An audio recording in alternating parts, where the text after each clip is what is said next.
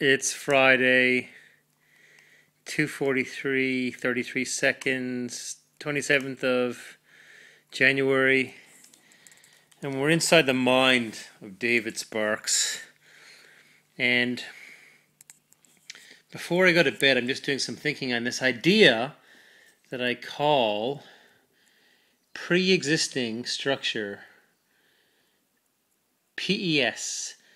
It just means in a dream, if I can be lucid and remember an experiment, I want to go up to something and take it apart and examine if it's got internal logical structure that seems to pre-exist before I start disassembling. Like when I started thinking about this weeks ago, I had a dream where I found a Lego toy. It was a spacecraft, and I took it apart and it was coherent. And if you've built any Lego, like I built lots of Lego as a kid, Lego is generally symmetrical down the middle. It's got a bilateral symmetry.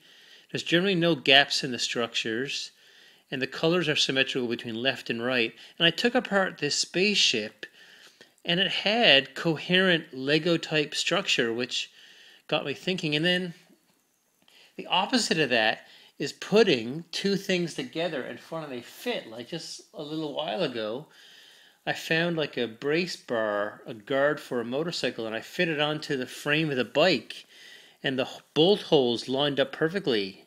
And the bar was convoluted like a delta frame, and it didn't change. And I just found it amazing that my brain could construct two things. So I have two examples here. So the only way I can demonstrate this pre-existing structure is the reverse of it, which I'm going to take my GoPro camera and fit it into the housing. So this were a dream.